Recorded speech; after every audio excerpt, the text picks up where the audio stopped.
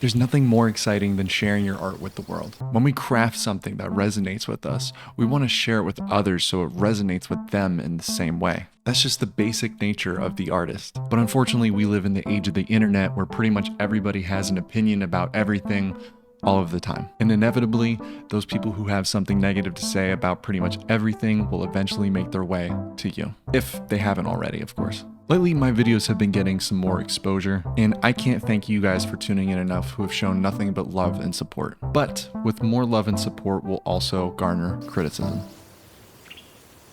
Now, I see criticism as a valid thing. Not everybody's a hater. Do people still say hater? I just turned 27 and I don't know what terms everyone's using now. No cap, these haters are bussin' for real. But criticism is actually what inspired me to stop just putting out videos as content and start putting out art. I want to make videos to show people how to make the things that they love and love the things that they make. That's all I ever want to do. I'm not a guru, I don't claim to be.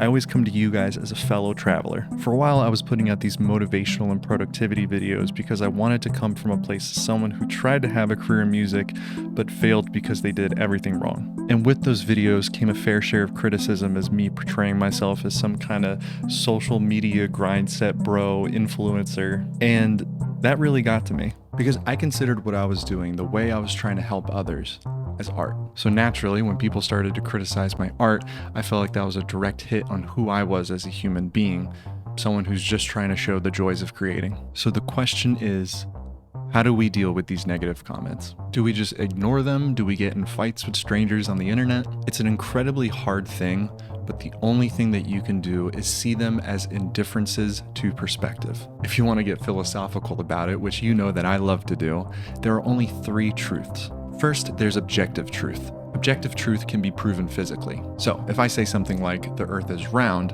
obviously that's factual. We can all confirm that the earth is round. Wait, what's that?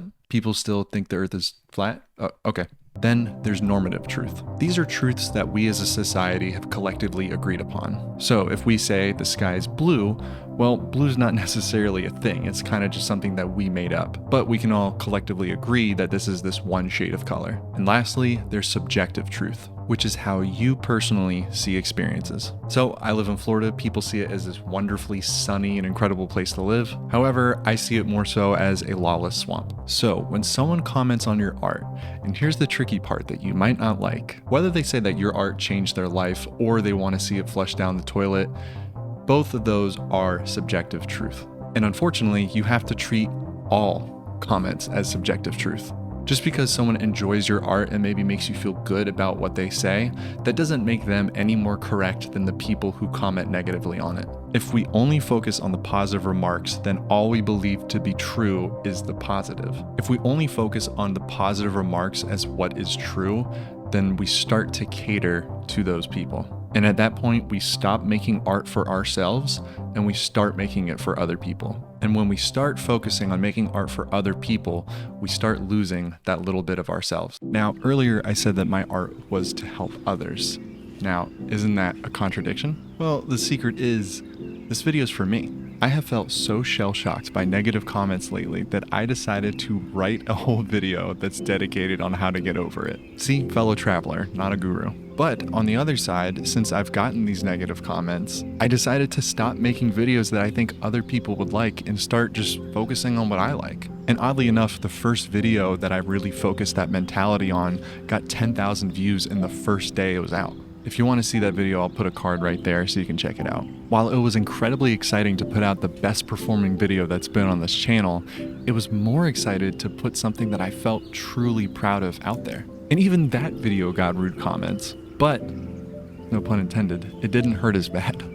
I knew that I liked it, and that was good enough for me. So let me ask you, why isn't it good enough for you? Look, it hurts. It is gut-wrenching when somebody says something that you don't agree with on your art. But is it worth invalidating your feelings to something that you put out into the world that didn't exist before? When will your art be good enough for you? My niece, she's 2 years old. Everyone says that she's great at coloring. I don't really see it, but damn is she happy while she's doing it. My advice to you watching this: read your reviews and your comments at your own risk. It's important to know what people like and what they don't like, but just remember, you're not a one-size-fits-all product. If a negative comment is stuck in your head and you can't shake it off for whatever reason, Go make art. Go write a song about how pissed off you are about it. Go just splatter paint on a canvas. These are all ways that you can channel that frustration or whatever that emotion is into a piece of art. If it gets to a point where these comments have you paralyzed, then turn off the comments, delete the app, walk away. Take that time for yourself, because the more that you have access to seeing whatever it is that paralyzes you, it's going to keep you there. Our current media and content consumption presents this false reality that we all feel trapped in. I think that sometimes we forget that real life is out here, not in there. That's why at the end of almost every single one of my videos, I don't put any recommended what to watch next or anything like that. I actually don't want to keep you on the platform. I want to inspire you to get